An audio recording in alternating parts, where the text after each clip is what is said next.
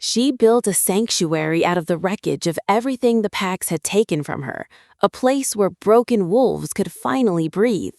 No hierarchy, no alphas, no chains disguised as loyalty. Then he walked out of the tree line, and the forest itself seemed to kneel. Julian Blackwood, the alpha who burned 3 territories to the ground rather than share them, the wolf they whispered about like a curse. He looked at her once, and something ancient in his blood roared, "Mate." She felt it too, and she hated it. Because Sierra knew exactly what happens to the women fate hands to men like Julian. They don't get loved, they get owned. She said no. He smiled like the word meant nothing. This is the story of a war fought not with claws, but with control, of a man who couldn't burn down her world fast enough to make her need him to survive it. This is Bound by the Pack. The mountain kept its secrets the way Sierra kept hers, quietly and at great cost. Dawn came slow to the valley, seeping between the black pines and thin gray ribbons, and Sierra stood at the tree line with her bare feet pressed into damp moss, watching the mist unravel off the lake like something exhaling. This was the hour she trusted most, before the others woke, before the sanctuary needed her to be strong. Just her, the cold, and the particular silence of a world that hadn't yet asked anything of her. She'd learned 3 years ago, silence had to be earned. You didn't get it for free. You bled for it, ran for it, buried people for it. Sierra exhaled, and her breath fogged in front of her, and for one suspended moment, she let herself feel something close to peace. It never lasted long. It wasn't supposed to. "Sierra."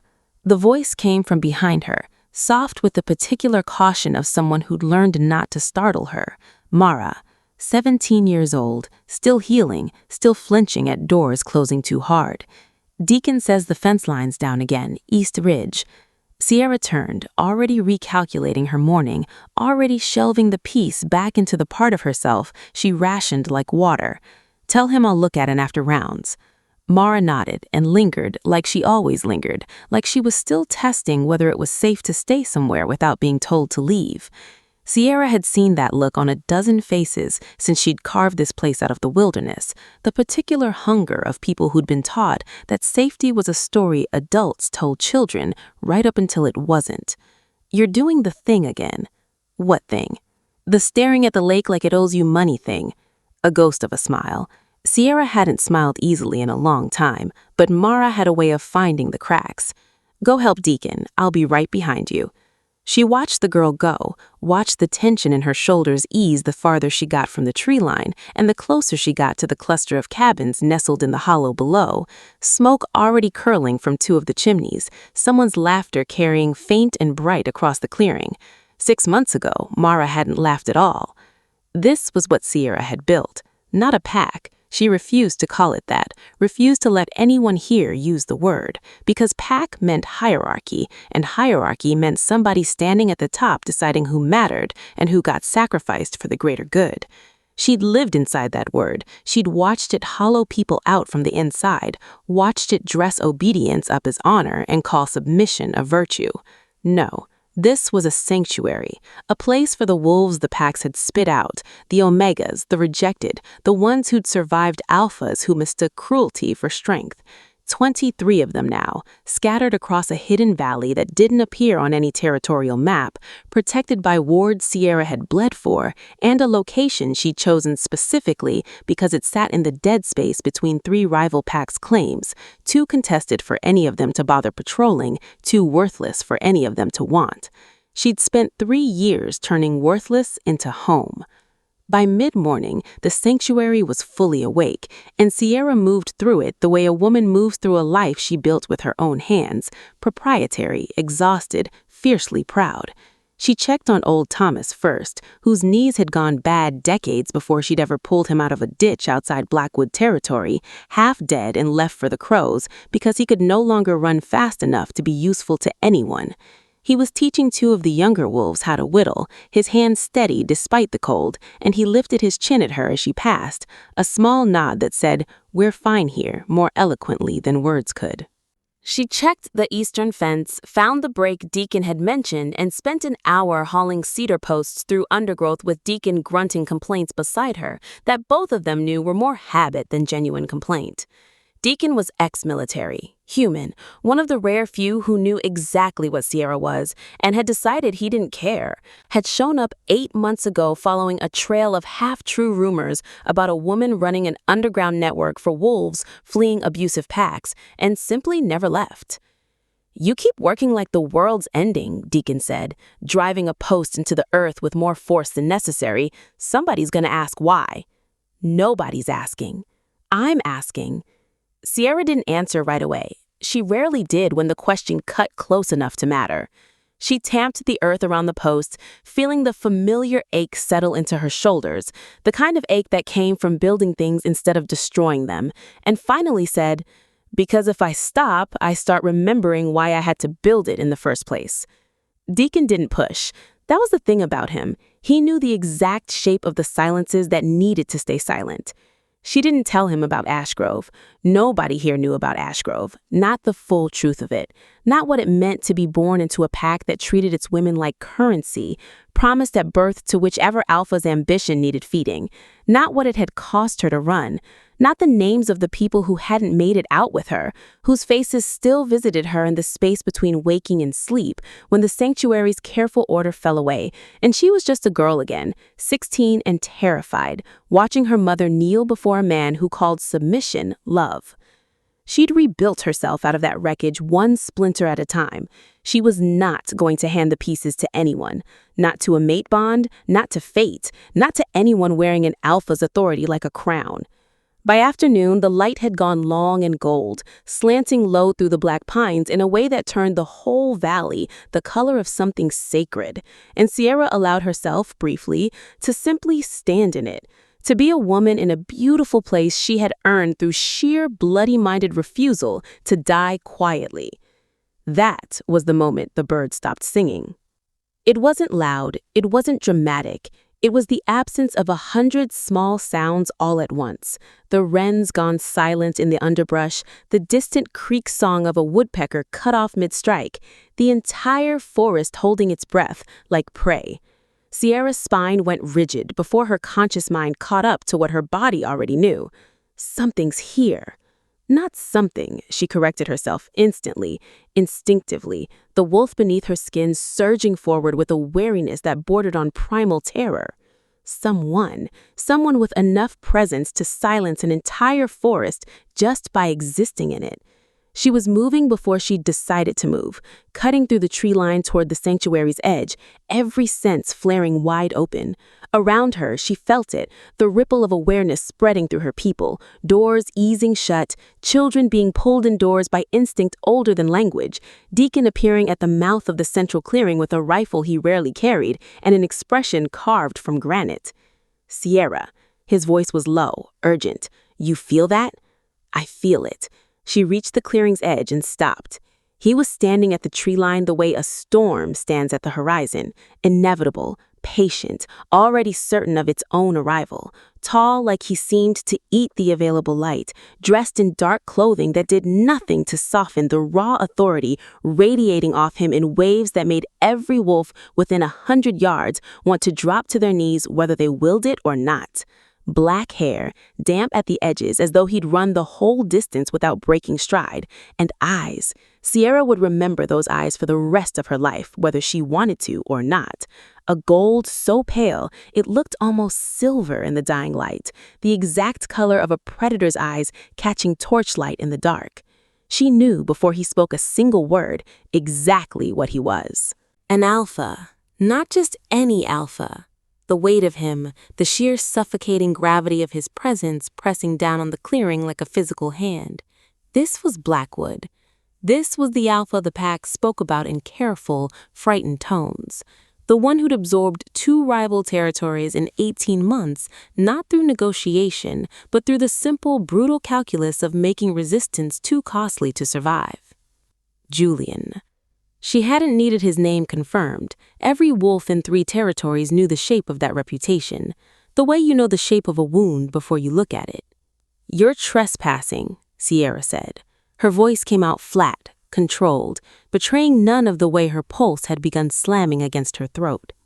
Julian's gaze found her, and something in his expression, arrogant, coiled, utterly certain of his own dominance, flickered, shifted, cracked open into something raw and unguarded for exactly 1/2 of 1 second before he crushed it back down beneath the mask of an alpha who did not permit himself weakness. But Sierra had seen it, and whatever it was, it terrified her more than his reputation ever could. He took 1 step forward. The forest around him seemed to lean with him, and Sierra felt Deacon's rifle rise a fraction beside her, felt the sanctuary's collected fear condense into something sharp and electric. "Say that again," Julian said.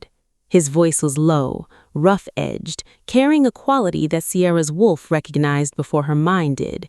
Recognized and responded to, some deep animal part of her chest suddenly aching with a longing so violent and so unwanted that she nearly staggered from the force of it. "No, no, no, no." "You heard me the first time," she managed, forcing steel into the words, even as her body betrayed her with every traitorous heartbeat. "This land isn't Blackwood territory. It isn't anyone's territory. Turn around." Julian didn't turn around. Instead, he inhaled, slow, deliberate, his golden eyes never leaving her face, and Sierra watched the exact moment the last of his composure gave way beneath something ancient and inescapable. "Mate," he said.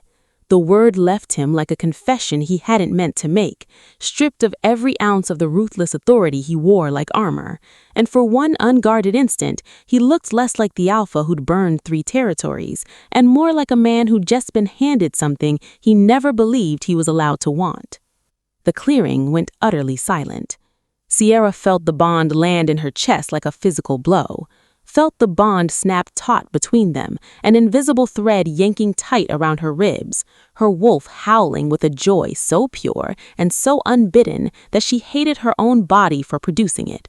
Every instinct she possessed, every deep animal certainty bred into her bones across 1,000 generations, screamed at her that this was right, that this was home, that the golden-eyed stranger standing at the edge of her sanctuary was the other half of something she hadn't known was missing. She had spent 3 years building a life specifically designed to never again be at the mercy of a man's claim on her.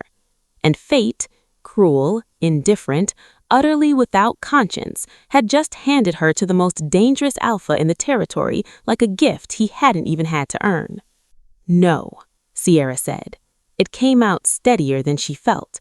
She was proud of that, distantly in the part of her mind still capable of distant pride, while the rest of her reeled from the bond ringing through her like a struck bell. Julian blinked, as though the word hadn't fully registered. "What?"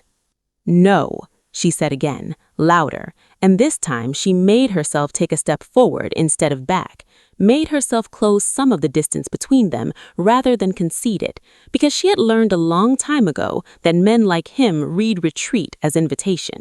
"Whatever you think just happened, whatever your instincts are telling you, the answer is no. I reject it." Something moved across his face like weather. Disbelief first, sharp and genuine, the expression of a man who had never once in his life been told no and meant to hear it. Then something darker, hungrier, a flicker of that coiled intensity resurfacing beneath the cracked mask. "You can't reject a mate bond," he said, and his voice had regained some of its alpha register, low and resonant, the kind of voice built to be obeyed. "You felt it. I know you felt it. I watched it hit you." "I felt something. That doesn't mean I owe it my life." "It's not a debt. It's fate. Fate doesn't get a vote in what I do with my body." She held his gaze, refusing to let the golden intensity of it unsteady her, though every second of eye contact cost her something she couldn't afford to keep paying. "You don't know me. You don't know this place, or these people, or what it took to build it. You walked out of the tree line 20 minutes ago, and you think a biological accident entitles you to my entire future. It's not an accident." The words came out clipped, an edge of something dangerous beneath them now. In 400 years, Blackwood has never had a true mate surface. I didn't ask for this. I didn't come looking for you. But it happened, and I am not. He stopped himself, visibly, the muscle in his jaw tightening as though he were physically restraining the rest of the sentence. You're not what? Not going to take no an answer? Finish it, Julian. Say it. His eyes flared at the sound of his name in her mouth, some private involuntary reaction he clearly hadn't expected and didn't like having exposed. For a moment, the golden-eyed stranger and the ruthless alpha of Blackwood seemed to war behind his expression, and Sierra understood, with a cold drop of clarity, that she had just glimpsed something she was never meant to see. That underneath the reputation, underneath the conquered territories and the whispered fear, there was a man who had just discovered the one thing in his life he could not simply take by force, and the discovery was breaking something loose in him that she suspected would not go quietly back into its cage. I'm not leaving, he said finally, quiet and absolute. Behind her, Sierra felt Deacon shift his weight, felt the collected tension of her people thickening the air like smoke. 23 lives she'd sworn to protect, 23 reasons she could not afford to let this man's obsession, because that was what this was, already in the space of a single conversation, an obsession dressed up in the language of destiny, anywhere near the sanctuary she'd bled to build. Then you'll be leaving without me for the rest of your life, because I'd rather burn this valley to the ground myself than let a mate bond drag me back into being owned by an alpha.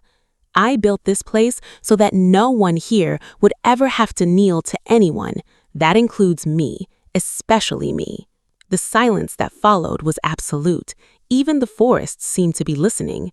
Julian studied her for a long moment, and something in his expression settled.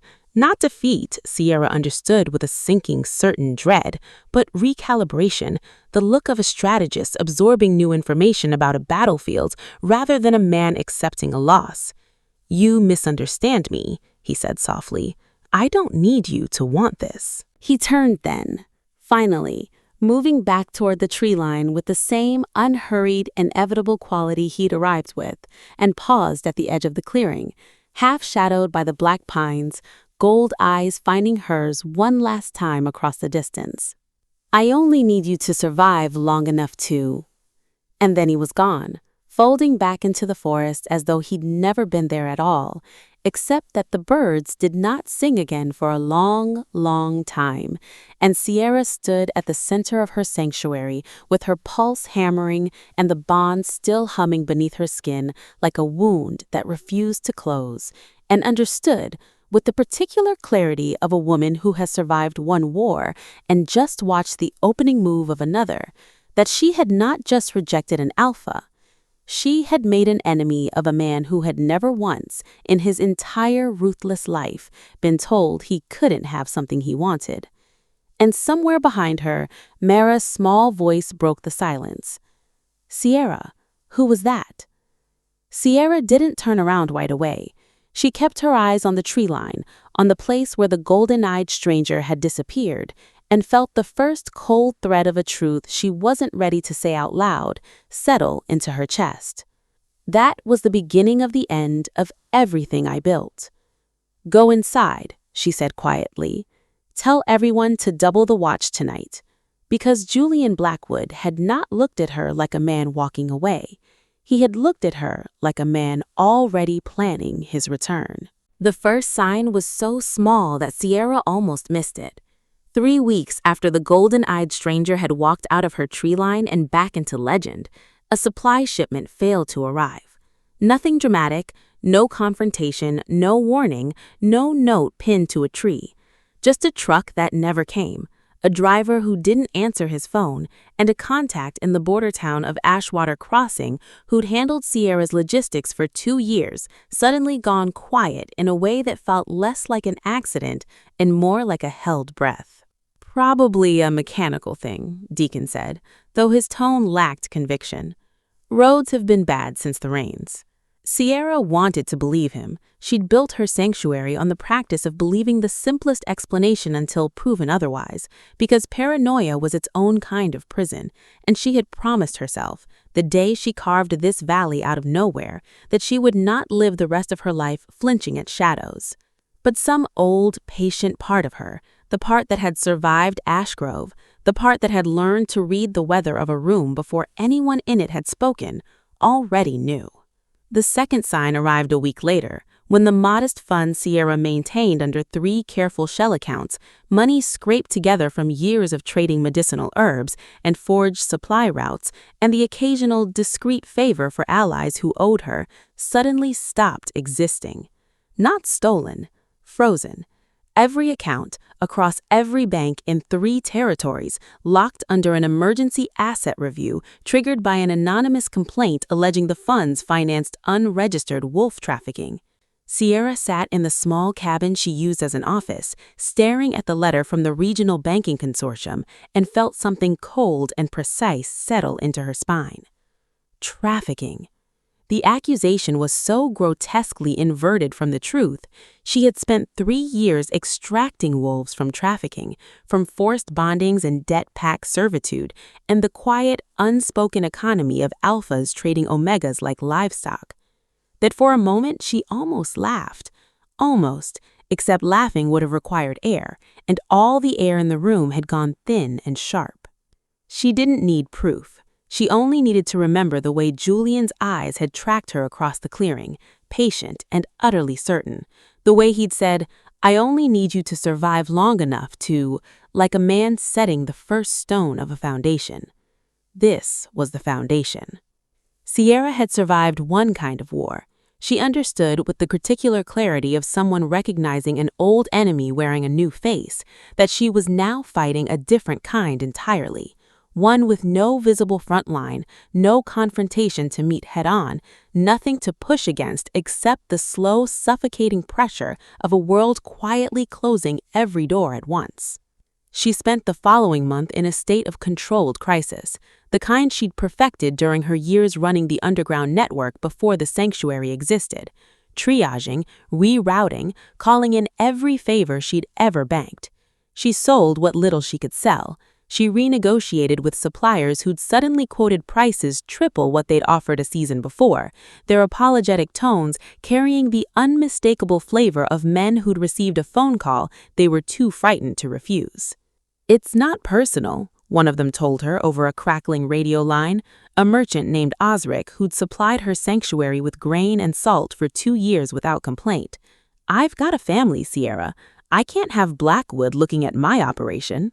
"I understand," she said, and meant it, and hated that she meant it, because this was exactly the machinery she recognized from Ash Grove. Not violence, not the crude, blunt instrument of force, but the elegant suffocation of consequence. Julian didn't need to burn her supply lines. He only needed to make helping her cost more than anyone but her was willing to pay. She began rationing. She began selling favors she'd sworn she'd never call in again. She lay awake at night doing arithmetic that never balanced, watching the ceiling of her cabin and feeling for the first time in 3 years the old familiar vertigo of watching something she loved slip through fingers that weren't strong enough to hold it. And beneath all of it, humming low and constant like a second heartbeat, the bond.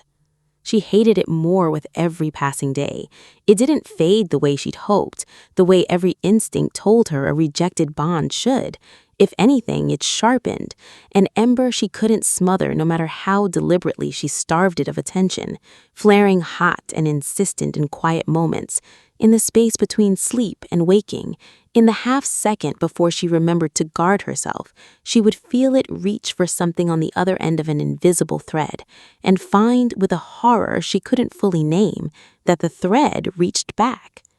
He's not forgetting either, she thought, more than once, staring into the dark. He's using it as a map. Deacon was the one who first said the word nobody wanted to say. They were standing over a map of the valley's supply routes, marking which paths remained viable and which had quietly closed like wounds sealing shut. When he set down his pencil and looked at her with a flat, assessing expression she recognized from every conversation he'd ever had that mattered. "This isn't bad luck," he said. "This is a siege." Sierra didn't answer right away. She traced the map with her eyes, the sanctuary sitting at the center of it like a wound the world was slowly closing in around, and felt the truth of his words land somewhere just beneath her ribs, in the place the bond had already claimed. "I know," she said finally. "Then we need to talk about what he wants." "I know what he wants." "No," Deacon's voice sharpened. Not unkindly, but with the bluntness of a man who'd watched people die from politeness before. "This is not a man trying to scare you into his bed, Sierra. I've seen men like that. This is slower. This is worse. He's not trying to break you into submission." He tapped the map at the tight cluster of cabins in the hollow. "He's trying to make sure that when you finally break, there's nothing left standing except him." Sierra said nothing because there was nothing to say that wouldn't confirm the exact fear she'd been carrying alone for a month, unwilling to give it voice and thereby give it weight. She thought of the moment in the clearing. "I only need you to survive long enough to," and understood with a dread that settled into her bones like winter that Deacon was right. This was not an alpha trying to conquer her. This was an alpha trying to become the only ground left to stand on. The framing began the way all good lies begin, plausibly, with just enough truth stitched into the seams to survive scrutiny. It started with Thomas, old Thomas, who could barely manage the Eastern Trail anymore on his ruined knees, who had never in his life raised a hand against anyone, was arrested in Ashwater Crossing on charges of smuggling contraband weapons across territorial lines. Sierra heard about it secondhand through a runner who arrived breathless and pale 3 days after it happened, because by the time word reached the sanctuary, Thomas had already been transferred to a Blackwood-affiliated holding facility, and the appeal window had nearly closed. "It's not true," Sierra said, to no one, to the empty cabin, to the map still spread across her table. "He's never carried a weapon in his life. His hands shake too badly to—" But truth had stopped mattering weeks ago. She understood that now, the way you understand a wound only after the shock wears off and the pain finally arrives in full. Julian didn't need Thomas to be guilty. He only needed the accusation to be plausible enough, and the jurisdiction convenient enough, and the wolf too old and too poor and too far from home to fight it. She spent everything she had left trying to get him released. It cost her the last of her frozen assets overflow, every favor she hadn't already burned, 3 sleepless nights negotiating through intermediaries who wouldn't say Julian's name directly, but whose silences confirmed it anyway. In the end, Thomas was released, but only on the condition that he leave the territory entirely and never return, a condition delivered not as mercy, but as a demonstration. "This is what I can do to the people you love," the message said, without ever being written down. "This is how easily I can do it again." Thomas came to say goodbye before he left, leaning heavily on a cane Sierra had never seen him need before, his eyes wet and furious and ashamed in a way that broke something loose in her chest. "I'm sorry," he said. "I'm so sorry. I never meant to be the reason."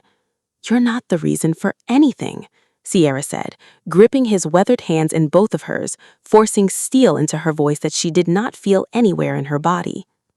"This isn't your fault. This isn't anyone's fault but his." But watching him walk away down the ridge trail, smaller and slower than she'd ever seen him, she understood that fault didn't matter anymore either. Only consequence did. And the consequence was that one by one, the people she had sworn to protect were going to be peeled away from her, framed and threatened and exiled, until the sanctuary she'd built stood empty of everyone but her. 2 more followed within the month. A young wolf named Corwin, barely 20, accused of theft from a Blackwood-affiliated trading post he'd never once visited, forced to flee north before the accusation solidified into an arrest he couldn't survive.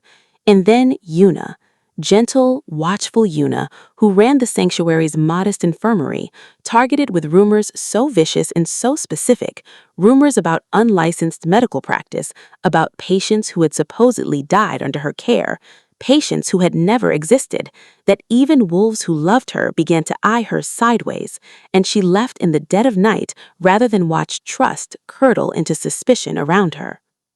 Sierra didn't sleep the night Yuna left. She sat on the porch of her cabin with a blanket around her shoulders and watched the tree line, and for the first time in 3 years, allowed herself to cry. Not loudly, not for long, but with the particular exhausted grief of a woman watching everything she'd built dissolve one careful piece at a time, unable to fight an enemy who never once showed his face. Mara was the one who finally said what Sierra had been too afraid to say aloud. "He's not attacking us," the girl said, sitting beside her on the porch steps one gray morning, wrapped in a coat 2 sizes too large, her voice small but steady in a way that made Sierra's chest ache with something like pride and something like grief in equal measure. "He's taking everyone away from you, one at a time until it's just you." Sierra looked at her, this girl who'd arrived flinching at closed doors, who had grown over months of safety into someone capable of naming a horror clearly even as it unfolded around her, and felt the full weight of what she was about to say settle into her mouth like stones. "I know," Sierra said quietly. "Then why don't we run, all of us, somewhere he can't find?" "Because there isn't anywhere," Sierra said, and hated how flat and final it sounded, hated that it was true. "He's the alpha of Blackwood. His reach doesn't end at a territory line, Mara. It ends where the world ends. Running doesn't save the people I care about. It just means he chases us with them still attached." Mara was quiet for a long time, then, in the smallest voice Sierra had heard her use in months, "So what do we do?" Sierra didn't have an answer. That was the part that frightened her most. Not the isolation, not the frozen accounts, not even the systematic destruction of every relationship she'd painstakingly built. It was the growing, creeping certainty that there was no move left to make that Julian hadn't already accounted for. He was not conquering her sanctuary through force because he didn't need to. He was simply waiting, with the patience of a man who had already decided the outcome, for the walls to fall in on themselves. He thought, not for the first time, of Ashgrove, of her mother kneeling before a man who called submission love, of the particular way power in the packs never announced itself as violence until violence was the only option left.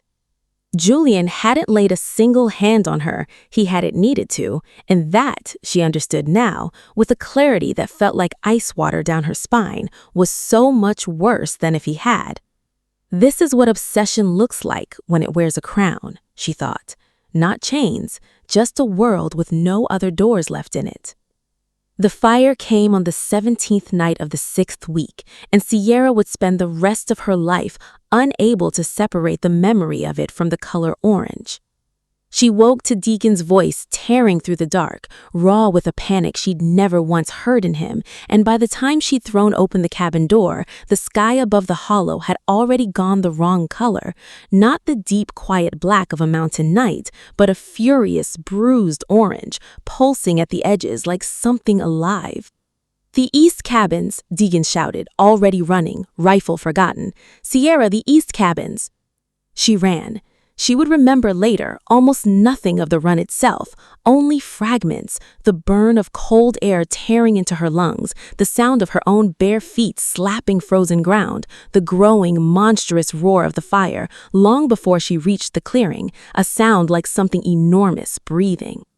When she broke through the tree line, the sanctuary was already dying. The storehouse was a pillar of flame, taller than the pines around it, throwing writhing orange light across the entire hollow, painting the terrified faces of wolves stumbling from their cabins in shades of amber and blood red. 2 of the east cabins had already caught, fire leaping between them along a dry connecting fence line with an eagerness that made Sierra's stomach drop through the floor of the world. Because fire did not spread that fast by accident. Fire did not choose exactly the buildings that mattered and exactly the wind direction that would carry it fastest, not without help. "Get the water line," she screamed, already moving, already hauling buckets that would do almost nothing against a blaze this size, already counting heads in the chaos with a desperation that clawed at the inside of her throat.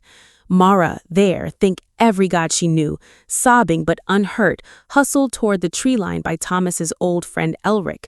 Corwin's empty cabin, already gone. Thank God he'd left weeks before.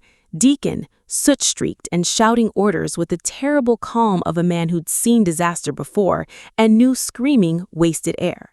They fought the fire for 3 hours. They lost.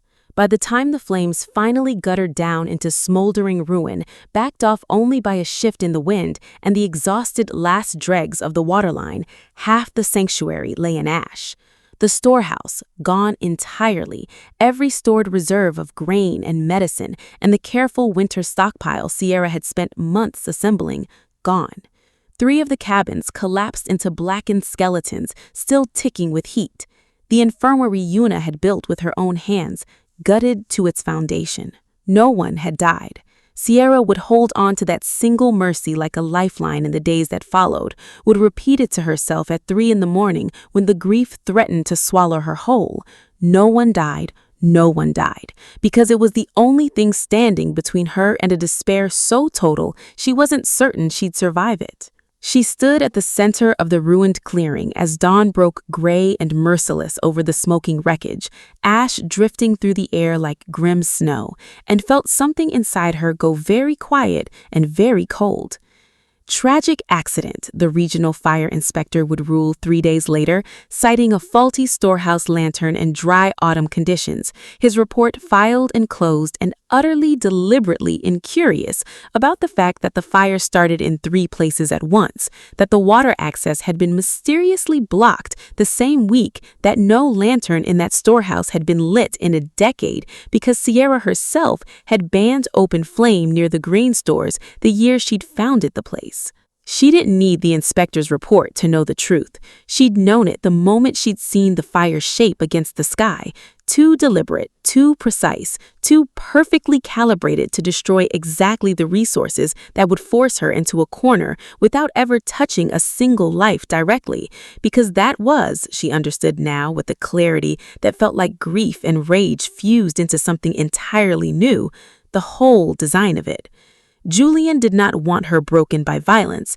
He wanted her broken by choice, her own, freely made, the moment the world he'd systematically hollowed out around her left no other door standing.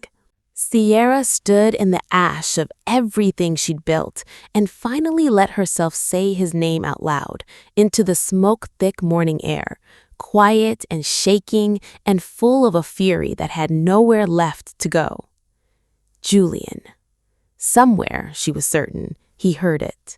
Because 2 days later, as she sat in the burned husk of what had been her office, staring at the wreckage of 3 years of her life, a single black rose was left on the ashen threshold of her cabin. No note, no signature, no need for either. Just a promise delivered in silence, the way he delivered everything else. I am still here. I am still waiting, and there is nowhere left for you to go but to me. Sierra picked up the rose, felt the thorns bite into her palm, and did not let go. The road to Blackwood territory was the longest walk of Sierra's life, and she had walked away from a burning inheritance once before. She left at dawn, 3 days after the black rose had appeared at her threshold, dressed not in the practical leathers of a rogue wolf, but in the plainest, most unremarkable clothes she owned. Nothing that could be mistaken for a challenge, nothing that could be read as anything but what it was.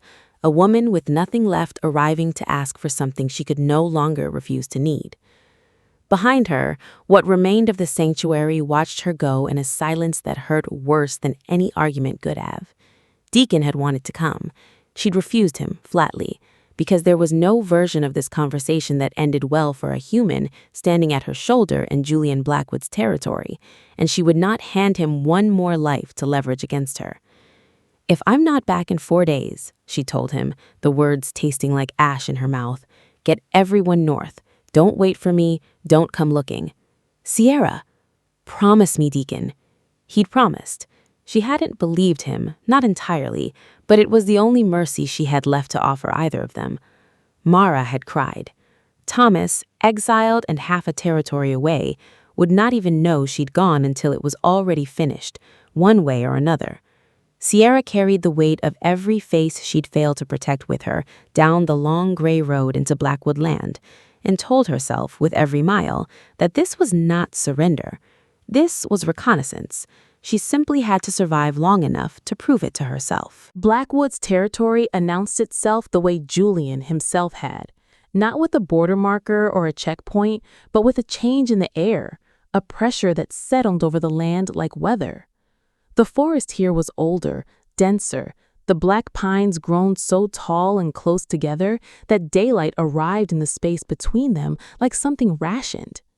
Sierra felt the eyes on her long before she saw a single sentry, felt the sanctuary of her own scent and presence swallowed whole by a territory that had belonged to one alpha's iron will for longer than she'd been alive.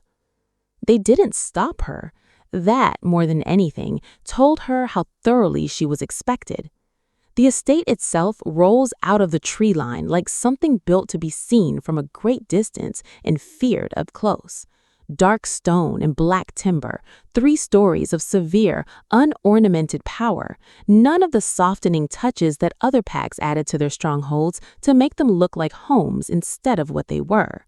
No gardens, no warmth in the windows, just the architecture of dominance standing in the clearing that had been carved out of the ancient forest by will alone. Sierra stood at the base of the stone steps for a long moment before she made herself climb them and thought with a grim, exhausted clarity, he didn't build a home, he built a throne room and called it one. The doors opened before she reached them. He was waiting in a room too large for the handful of people in it, a long hall of dark wood and colder stone, firelight guttering in iron sconces along walls hung with nothing, no tapestries, no family portraits, nothing that suggested a man who let himself want anything softer than power. Julian stood near the far end of the room, and even across that distance, Sierra felt the bond in her chest lurch toward him like something starved and hated it with a violence that steadied her more than it should have. He looked for the first time since the clearing, almost uncertain. "You came," he said. "You made sure I had no other option," Sierra answered. Her voice did not shake. She had practiced that the whole long walk here, had rehearsed the exact tone she needed until it felt like armor. "So let's not pretend this is a reunion, Julian. I'm not here for you." Something flickered across his face, not anger, which she had braced for, but something closer to disappointment, quickly banked. "Then why are you here?"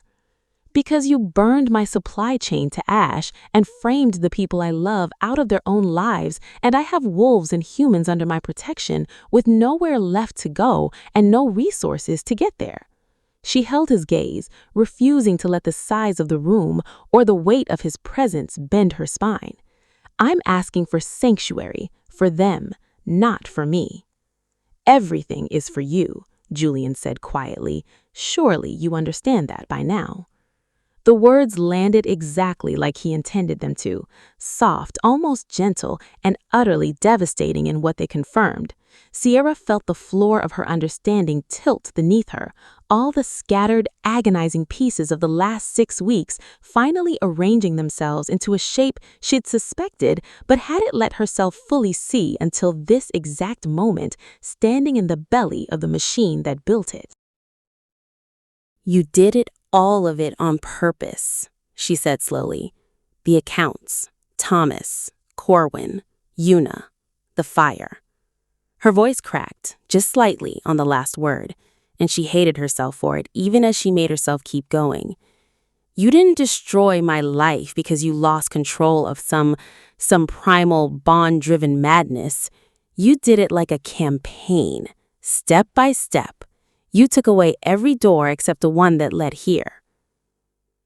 Julian didn't deny it. That, somehow, was worse than any justification could have been.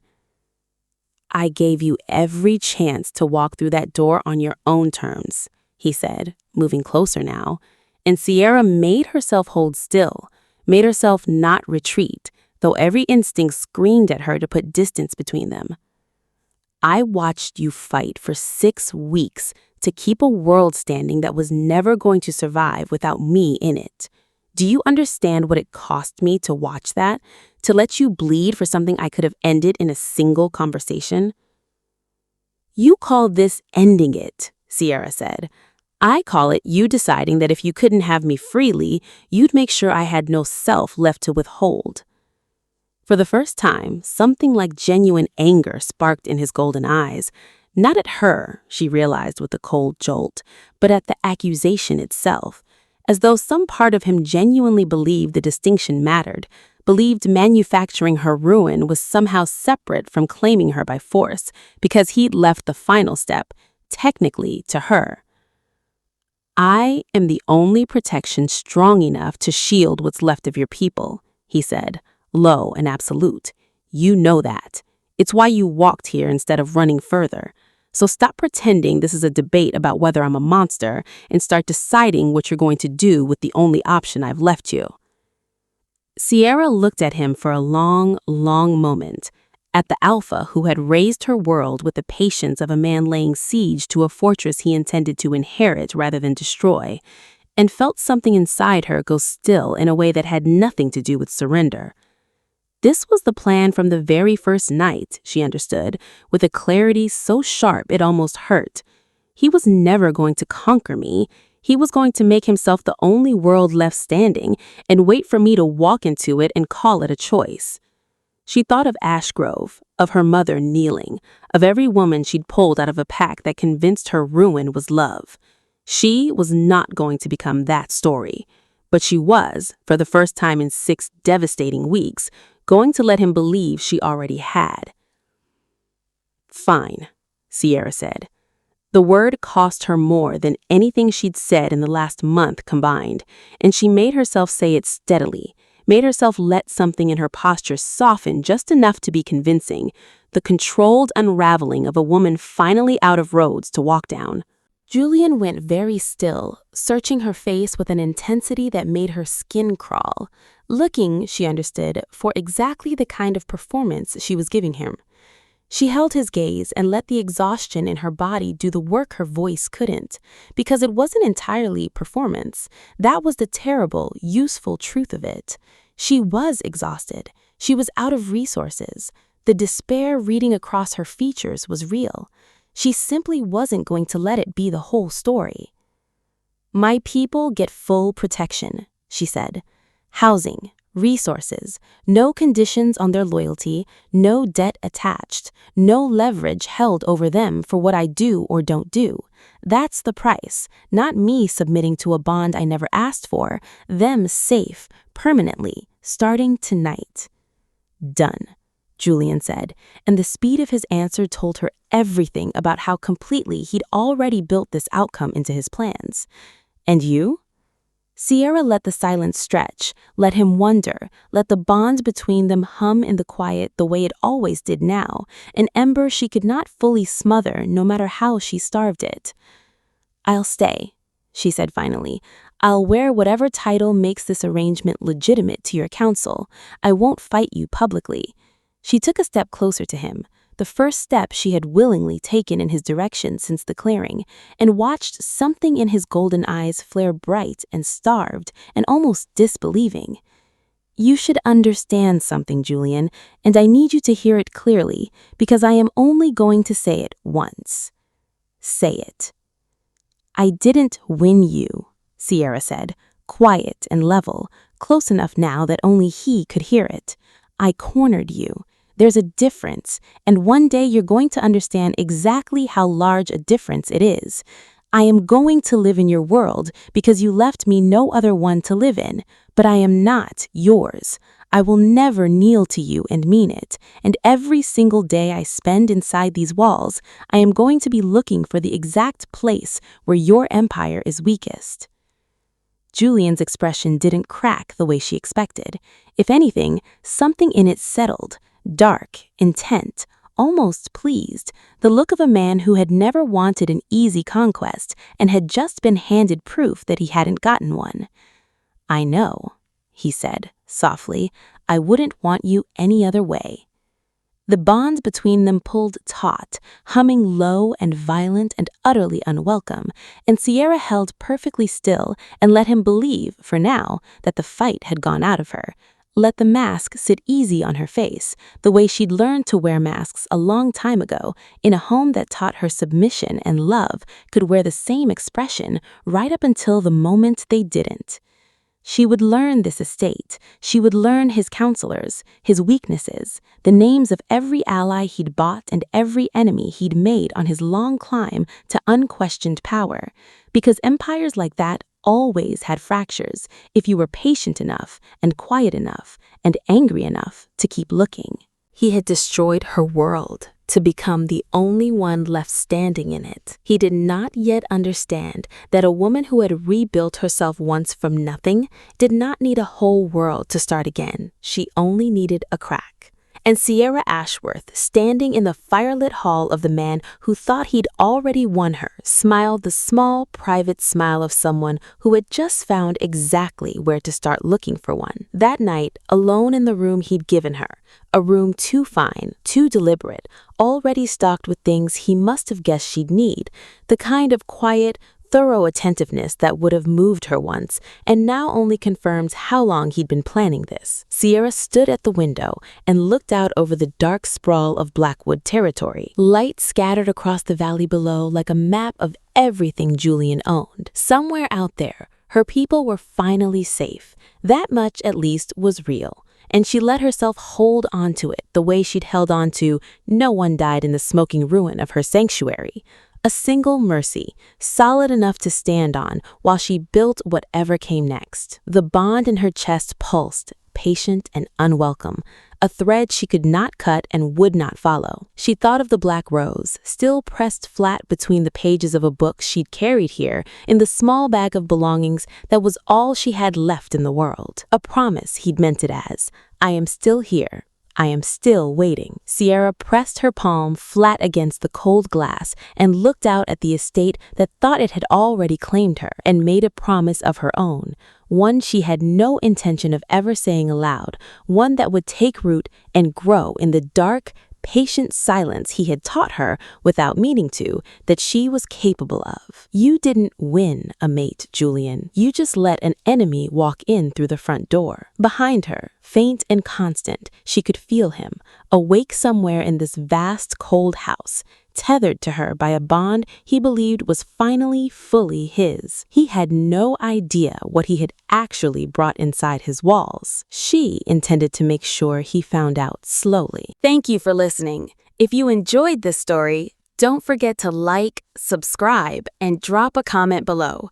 Which scene hit you hardest? See you in the next story.